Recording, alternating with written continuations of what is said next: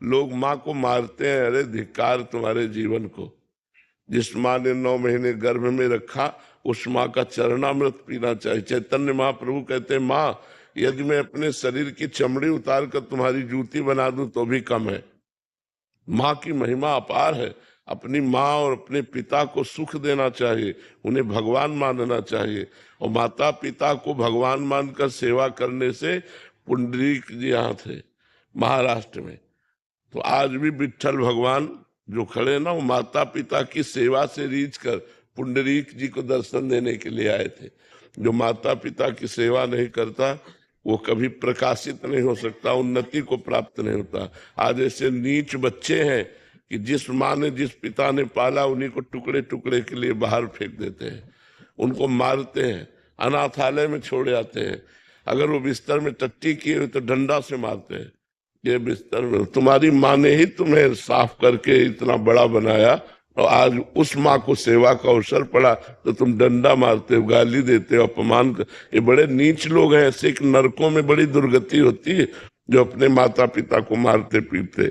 मातृ देवो हो पितृ देवो हो। माता पिता को सुंदर वस्त्र, सुंदर भोजन, औषधि, जब तक उनका शरीर न पूरा हो जाए तो एक छोटे नौकर की तरह उनकी सेवा करे, फिर देख ले उनका आशीर्वाद। माता पिता का बड़ा आशीर्वाद काम करता है, पूरे जीवन भर काम करता है। जब हमारे पिताजी हमको घर लेने के लिए आए तो चुपचाप बैठा रहा, उनका एक खड़े हो। वो बड़े शासन युक्त थे और धर्मात्मा पुरुष थे। खड़े हो गए, रामचरितमानस सामने रखे हुए थे, हम खड़े हो गए। उनका ये क्या नाटक है, क्यों घर से भागा? तो उनका बड़े भैया कहते थे, चूंकि चाचा उनको बड़े भैया कहते थे तो हम सब बच्चे बड़े भैया ही कहते थे। तो उनका बड़े भैया, हम भगवान का भजन करेंगे, घर में नहीं रुकेंगे। अरे उनका चलो हो गया भजन, चलो घर में चलो, वही भजन करो, खाओ पियो। हम लोग भजन नहीं करते क्या? हम लोग भी तो करते। हम काम ऐसा भजन नहीं करेंगे, आजीवन भगवान का भजन करेंगे और घर में नहीं जाएंगे। उनका पक्का, हमका पक्का घर में नहीं जाएंगे। तो ऐसे दोनों हाथ से ऐसे छाती से लगाया और कहा राम राम राम।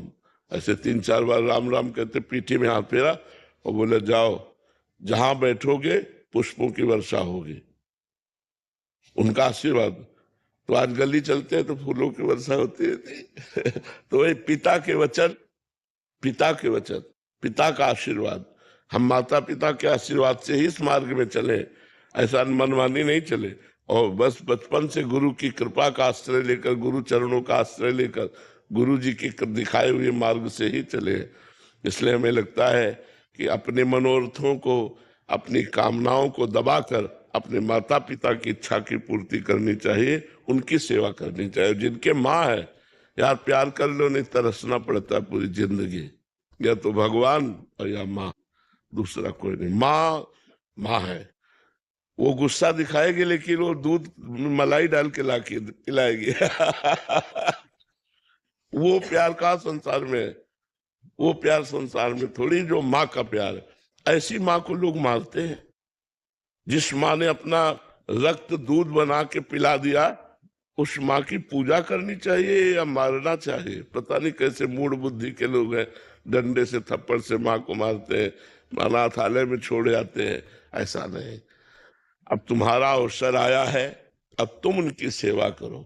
जब तुम सेवा लायक नहीं थे तो उन्होंने सेवा की। उस माँ की उस ममता को याद करो, उस सेवा को याद करो और उसकी सेवा करो। माँ जैसा प्यार यार हमें तो कहीं संसार में नहीं दिखाई देता।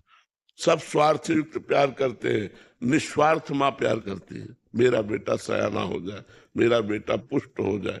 स्वयं न खाकर अपने बच्चे को खवाने की जो आदत है वो माँ में है। अच्छे अच्छे पदार्थ बच्चे को पवा दिया, आप नमक रोटी खा के गुजारा करे। ये माँ का प्यार हमें तो लगता है कि अगर माँ हो तो हम कह रहे हैं फिर और किसी भगवान की जरूरत नहीं है। अपनी माँ की पूजा कर लो, सबकी पूजा हो गई। माँ साक्षात भगवान का स्वरूप है।